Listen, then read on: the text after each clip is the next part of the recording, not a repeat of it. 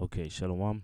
All right, first off, I want to say all praises to Yahawah, bahasham, Yahawashi, bahasham, Rakha, Kudash, double honors to our apostles and elders of GMS, and to the elect doing the work in sincerity and truth, shalawam. All right, this is GMS Precepts. My name is Azar Khud, and real quick, I got an article here. What is this? Reason.com. Now look at the title here. Let me let me blow this up a little bit more. Damn, that's big as fuck. But anyway, as you can see, it says U.S. prisoners have lost a combined 20,000 years of life to false convictions. Okay? But wait a minute. I thought America was supposed to be such a righteous kingdom, home of the brave, land of the free, or however the bullshit saying is. But here it is. This righteous kingdom wrongly convicted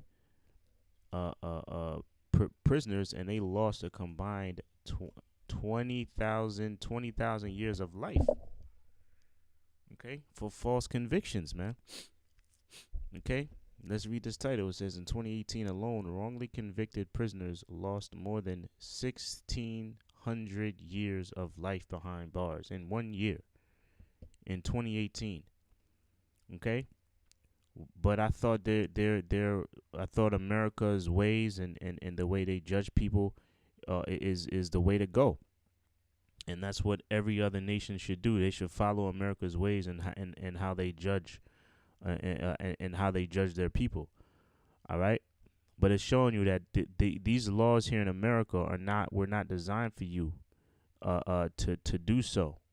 All right, because what a lot of people don't realize is that of putting people in prison, in particular, you so-called Negroes, Latinos, and Native Americans are big business, and not only is it big business, it's a high priority of them, man, to keep you niggas, spics, and Latinos and Native Americans locked up in the prison system. Okay, to separate you from your family. All right, because that's how you can control the people. Don't believe me? Watch the documentary that's still on Netflix. Is called The 13th. Okay, it's called The 13th. So before we read that, let me read this stat right here. It says in 2016, I googled number of Americans in prison. It says in 2016, 2.2 Americans have been incarcerated, which means for every 100,000, there are 655 that are currently inmates. This costs the United States government $80 billion a year. Additionally, 4.7 million adults in 2013, one in 51, were on probation or parole. But that's not what I wanted. But that's a big number. Okay, in 2016, for every 100,000 people, 655 are prisoners. All right, and I'm gonna show you that number grew. Right. Let me read this. It says in 20. Is this what? Yeah, this is what I wanted. It said in 2013, September 2013, the incarceration rate of the United States of America was the highest in the world at 716 per 100,000. Okay, so 3 years prior, so I guess it went down a little bit. It went from 716 to 655. Ooh, whoop-de-doo. All right, so it says the incarceration rate of the United States of America was the highest in the world at 716 per 100,000 of the national population, while the United States represents now look at this. While the United States represents about 4.4% of the world's population, okay, it houses around 22% of the world's prisoners. 22%. Okay? America only makes up 4.4% of the world's population. Mind you, there's what estimated 7 billion people in the world. Okay, 4.4% of the 7 billion are in America. All right, 22% of the world's prisoners are here in America. All right, now what does that show you? That's showing you that the prison system in America is big business, man. It's money. It's money, right? So real quick scripture, because it's not gonna be a long video. Real quick scripture. This is Isaiah 10:1. Woe unto them that decree unrighteous decrees, and that write grievousness which they have prescribed. And that's what America does. They write bullshit laws, man. And if the laws that they enact or write does not fit their agenda, guess what? They'll just frame your ass and put you in jail. Matter of fact, in this article, it says that. All right, it says that. Let me. This is kind of big. Let me bring this down a little bit.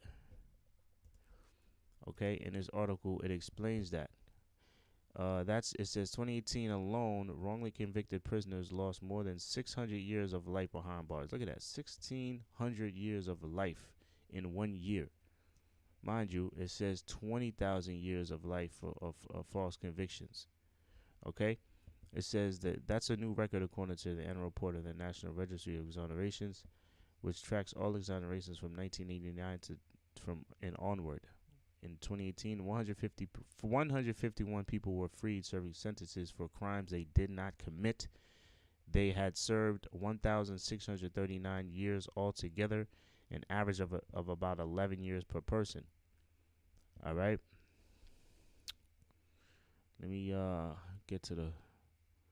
Let me see.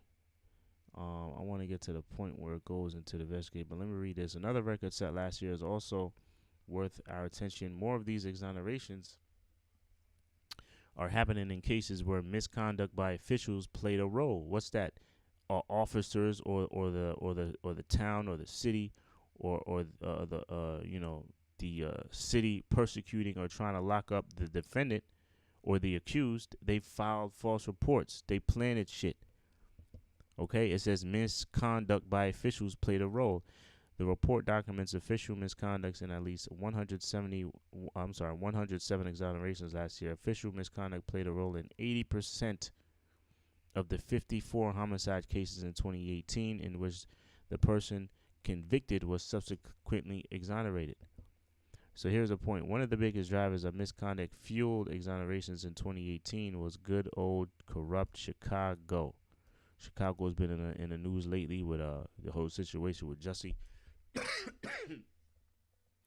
Right? It says in 2017, Chicago saw its first ever mass exoneration due to a corruption scandal involving Sergeant Ronald Watts. Watts was charged with leading his unit of officers in a massive protection racket where officers planted drugs on people who refused to pay exoneration demands. Look at that. I guess they saw the movie Shot and took some pointers, right? All right, so basically, if you didn't pay them some hush money or protection money, they will come around, arrest you, and plant all type of drugs or whatever on you, and then lock you up. In 2017, the convictions of 15 men were tossed out by prosecutors. Okay, because of Chicago's police corruption, Illinois topped the list of states for exonerations last year with 49. New York and Texas tied for second with 16, which shows just how much the behavior of Watts' crew shaped the overall statistics. Okay, it says further investigation into the extent of Watts' actions of those officers led to more exonerations in 2018. Another 31 defendants had their charges tossed out last year, and the report notes that even more exonerations come this year, another 14 of them, and this year just started. We're what, like 4 months into 2019? All right, so that's goddamn, 20,000 years of life for false convictions, and why is that? Because this country, your beloved America, they have what? They prescribed wicked decrees, man, unrighteous decrees. Okay, they lock you up for minor charges. Why? Because they make money off of you being in prison. Woe, I read it again, Isaiah 10:1. Woe unto them that decree unrighteous decrees and write grievousness which they have prescribed. Okay? That word woe, that means what? Destruction. Okay? Turn aside the needy from judgment and take away the right from the poor of my people. Right? Turn away the right of the poor of my people, that widows may be their prey and that they may rob the fatherless. Because they understand that, look, if you want to take over a household, what do? You split up the family. How do you split up the family? You make the woman work. You give the woman rights. You give the woman liberty, and then you force her to kick the man out of the house by giving her all those goodies and benefits like food stamps and Medicaid. If that doesn't work, you lock his ass up. Okay?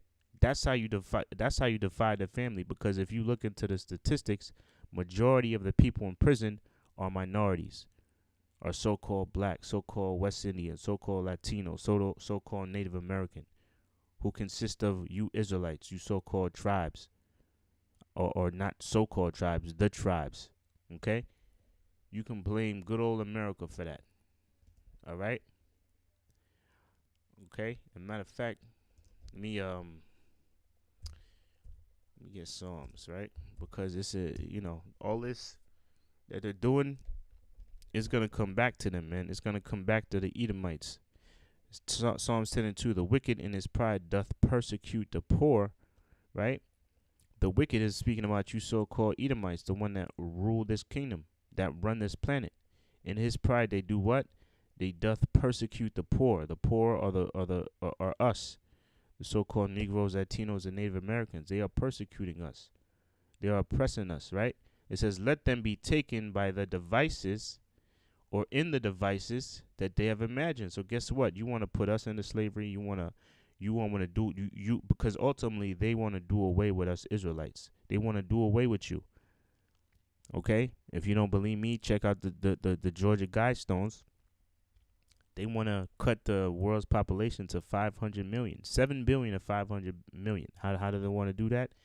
By injections, by your food. Okay? All right? They've got a thing called a eugenics program. Okay? They want to get rid of us, man. Okay? So they want to do all those things to us, but guess what? Those things, and they also want to put you in prison. Right? But guess what? That those things that they want on us, on our people, is going to be placed upon them. Their devices that they want us to be taken under, they're going to be taken by their own devices. It's going to be them that are going to be wiped out. It's going to be them that are going to be put into hardcore slavery or bondage. Okay? And ultimately, it's them that are going to be wiped out. All right? So I pretty much made the point. Until the next show, Lord, one of y'all brothers edified. Until the next show, shalawam.